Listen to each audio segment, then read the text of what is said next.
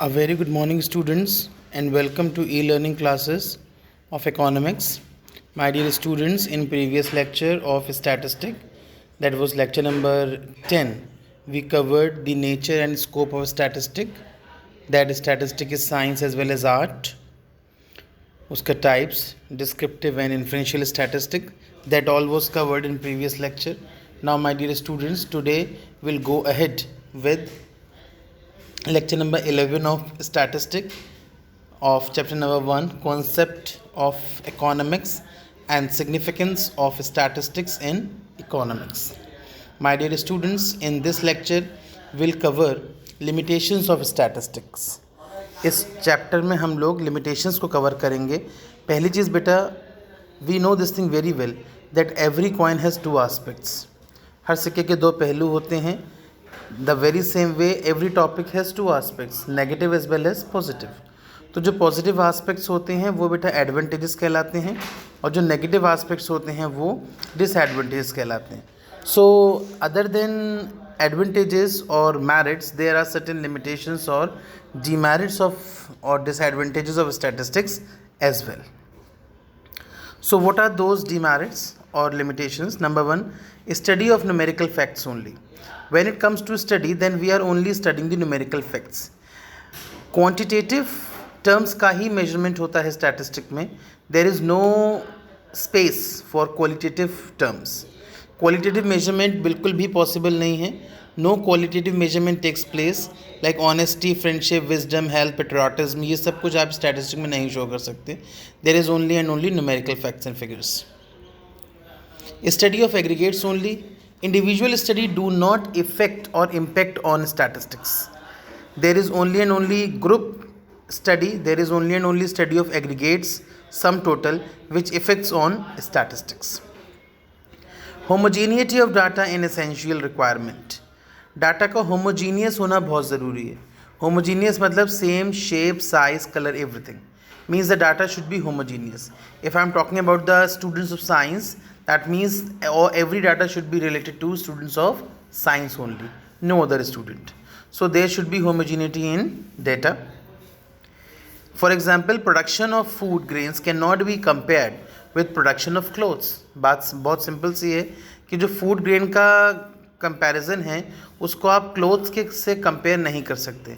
Means what you are producing, suppose कीजिए आप food grains produce कर रहे हैं तो फूड ग्रेन्स का कंपैरिजन फूड ग्रेन्स के साथ ही पॉसिबल है. You can't compare food grain with clothes. घोड़े और गधे को आप एक लाइन में खड़ा नहीं कर सकते, राइट? वाई? फूड ग्रेन्स के साथ आप क्लोथ को कंपेयर क्यों नहीं कर सकते? Because food grain is measure in tons and cloth is measure in metres. That's why. Results are true only on an average. जो रिजल्ट्स मिलते हैं हमें स्टैटिस्टिक्स से, ये भी इसका एक डिसएडवांटेज है. जो रिजल्ट्स हमें मिलते हैं वो ट्रू तो होते हैं लेकिन सिर्फ एक एवरेज के बेस पे. Means it is 100% true, it is always true, that is not possible. The results are true only on an average. Means इतने ट्रू होते हैं कि हम उससे कुछ एजम्पशंस, कुछ कंक्लूजन ड्रॉ कर सकते हैं, राइट? 100% ट्रू नहीं होते.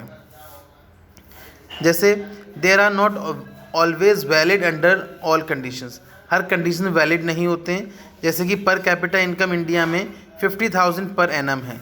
इसका मतलब ये नहीं है कि हर इंडियन की इनकम 50,000 पर एनम है. कुछ की इनकम 50,000 पर एनम से ज़्यादा भी है और कुछ की 50,000 पर एनम से कम भी है. नाउ फिफ्थ आपका जो बेटा लिमिटेशन है, that is your without reference results में प्रूव टू बी रॉन्ग. अगर आप रेफरेंस नहीं लेंगे तो रिजल्ट्स आपके गलत भी हो सकते हैं, रॉन्ग भी हो सकते हैं. बिल्कुल सही बात. जैसे कि आप देखते हैं एडवोकेट्स केस लड़ते हैं, so they take the reference from anyone. पिछले केसेस का रेफरेंस लेते हैं. In the very same way अगर आप स्टैटिस्टिक में रेफरेंस नहीं लेंगे तो आपके रिजल्ट्स गलत भी हो सकते हैं, right? If you will not take necessary references, so in under certain circumstances, under certain conditions, conclusion जो निकलेगा वो आपका सही नहीं आ पाएगा. Can be used by experts only. Yes, statistic के कुछ merits हैं तो कुछ demerits भी हैं, ठीक है? कोई भी अनट्रेंड, अनप्रोफेशनल बंदा स्टैटिस्टिक को यूज़ नहीं कर सकता है. Statistic can be use only by those persons who have special knowledge of statistical methods. जिन बंदों को statistical method की proper knowledge होती है वही सिर्फ इसको यूज़ कर सकते हैं. जो subject experts होते हैं only they can use, otherwise no one can use. अगर कोई unprofessional untrained बंदा यूज़ कर लेगा so उसके लिए statistical methods are most dangerous tool in the hands of an inexpert. तो उसके लिए वो सबसे ज़्यादा डेंजरस टूल हो जाएगा, क्योंकि वो इफ़ का बट कर देगा, 9 का 9 को 6 लिख देगा, 6 को 9 लिख देगा. That will be the problem. So statistic can be used only by the experts. All right. So today with this lecture you are clear with limitations of statistics. That's all from this lecture. Thank you and have a nice day.